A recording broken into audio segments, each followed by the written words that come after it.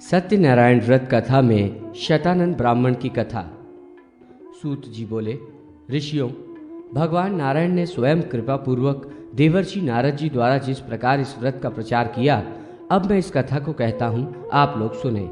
लोक प्रसिद्ध काशी नगरी में एक श्रेष्ठ विद्वान ब्राह्मण रहते थे, जो विष्णु व्रत परायण थे। वे गृहस्थ थे, दीन थे तथा स्त्री पुत्रवान थे। वे भिक्षावृत्ति से अपना जीवन यापन करते थे। उनका नाम शतानंद था। एक समय वे भिक्षा मांगने के लिए जा रहे थे। उन विनित एवं अतिशय शांत शतानंद को मार्ग में एक वृद्ध ब्राह्मण दिखाई दिए, जो साक्षात हरि ही थे।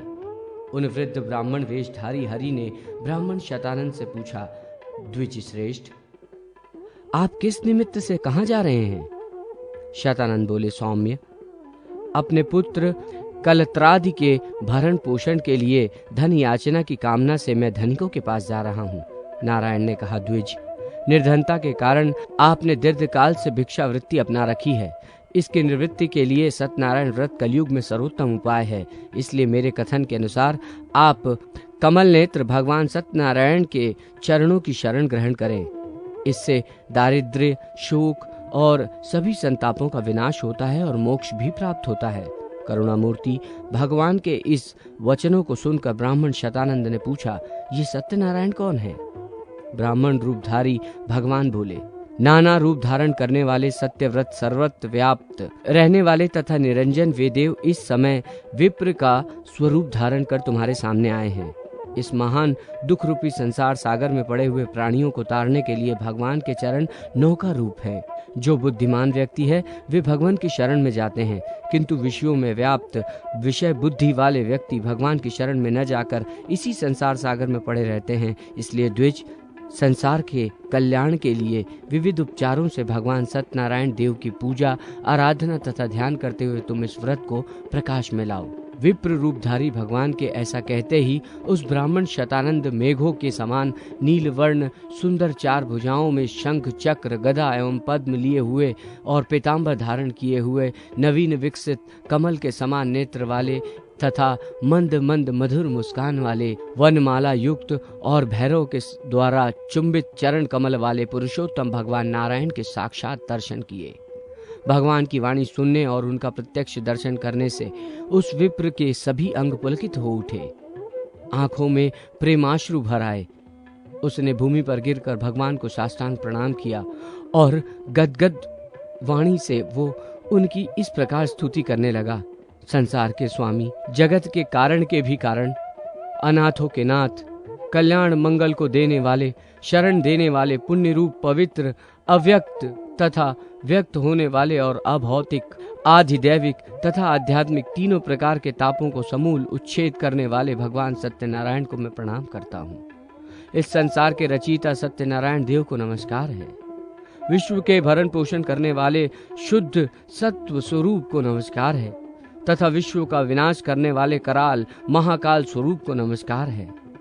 संपूर्ण संसार का मंगल करने वाले आत्ममूर्ति स्वरूप हे भगवान, आपको नमस्कार है। आज मैं धन्य हो गया, पुण्यवान हो गया। आज मेरा जन्म लेना सफल हो गया, जो कि मन वाणी से अगम अगोचर आपका मुझे प्रत्यक्ष दर्शन हुआ। मैं अपने भाग्य की क्या सराहना करूं? न जाने किस पुण्य कर्म का फल था जो मुझे आपके दर्शन हुए। प्रभु, आपने क्रियाहीन इस मंद बुद्धि शरीर को सफल कर दिया। लोकनाथ, राजापते, किस विधि से भगवान सत्यनारायण का पूजन करना चाहिए विभो? कृपा कर उसे भी आप बताएं। संसार को मोहित करने वाले भगवान नारायण मधुर वाणी से बोले, विप्रेंद्र, मेरी पूजा में बहुत अधिक धन की आवश्यकता नहीं। अनायास जो धन प्राप्त हो जाए उसी से श्रद्धा पूर्वक मेरा यजन करना चाहिए।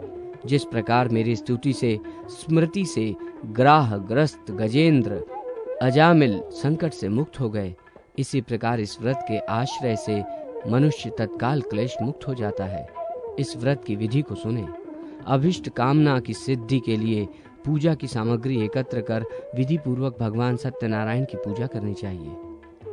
सवा सेर के लगभग गोधूम चूर्ण में दूध और शक्कर मिलाकर उस चूर्ण को घृत से युक्त कर हरि को निवेदित करना चाहिए। ये भगवान को अत्यंत प्रिय है। पंचामृत के द्वारा भगवान शालग्राम को स्नान कराकर गंध, पुष्प, धूप, दीप, नैवेद्य तथा तांबूल आदि उपचारों से मंत्रों द्वारा उनकी अर्चना करनी चाहिए। अनेक मिष्ठान तथा भक्ष्य भोज्य पदार्थों एवं ऋतुकालोद्भुत विविध फलों तथा फूलों से भक्ति पूर्वक पूजा करनी चाहिए। फिर ब्राह्मणों तथा स्वजनों के साथ मेरी कथा, राजा तुडंग ध्वज के इतिहास, भीलों की और वणिक साधु की कथा को आदर पूर्वक श्रवण करना चाहिए। कथा के अनंतर भक्ति पूर्वक शक्ति देव को प्रणाम कर प्रसाद का वितरण करना चाहिए। तदनंतर भोजन करना चाहिए। मेरी प्रसन्नता द्रव्यादि से नहीं अपितु श्रद्धा भक्ति से ही होती है। विप्रेंद्र, इस प्रकार जो विधि पूर्वक पूजा करते हैं वे पुत्र पौत्र तथा धन संपत्ति युक्त होकर श्रेष्ठ भोगों का उपभोग करते हैं और अंत में मेरा सानिध्य प्राप्त कर मेरे साथ आनंद पूर्वक रहते हैं। व्रती जो कामना करता है वो उसे अवश्य ही प्राप्त हो जाती है। इतना कहकर भगवान अंतर्ध्यान हो गए और वे ब्राह्मण भी अत्यंत प्रसन्न हो गए। मन ही मन उन्हें प्रणाम कर वे भिक्षा लेने के लिए नगर की ओर चले गए और उन्होंने मन ही मन ये निश्चय किया कि आज भिक्षा में जो भी धन मुझे प्राप्त होगा मैं उससे भगवान सत्यनारायण की पूजा करूंगा। उस दिन अनायास बिना मांगे ही उन्हें प्रचुर धन की प्राप्ति हो गई। वे आश्चर्यचकित होकर घर आए। उन्होंने सारा वृतांत अपनी धर्मपत्नी को बताया। उसने भी सत्यनारायण के व्रत की पूजा का अनुमोदन किया। वो पति की आज्ञा से श्रद्धापूर्वक बाजार से पूजा की सभी सामग्रियों को ले आई और अपने बंधु बांधवों तथा पड़ोसियों को भगवान सत्यनारायण कथा की पूजा में सम्मिलित होने के लिए बुला ले आई। अनंतर शतानंद ने भक्तिपूर्वक भगवान की पूजा की। कथा की समाप्ति पर प्रसन्न होकर उनकी कामनाओं को पूर्ण करने के उद्देश्य से भक्त वत्सल भगवान सत्यनारायण देव प्रकट हो गए। उनका दर्शन कर भगवान शतानंद ने भगवान से इस लोक में तथा परलोक में सुख तथा पराभक्ति की याचना की और कहा, हे भगवान, मुझे अपना दास बना ले। भगवान भी तथास्तु कहकर अंतर्ध्यान हो गए। ये देखकर कथा में आए सभी जन अत्यंत विस्मित हो गए और ब्राह्मण भी कृत्य हो गया। वे सभी भगवान को दंडवत कर प्रणाम कर आदर पूर्वक प्रसाद ग्रहण कर ये ब्राह्मण धन्य है इस प्रकार कहते हुए अपने अपने घर चले गए। तभी से लोक में ये प्रचार हो गया कि भगवान सत्यनारायण व्रत अभीष्ट कामनाओं की सिद्धि प्रदान करने वाला, क्लेश नाशक और भोग मोक्ष को प्रदान करने वाला है।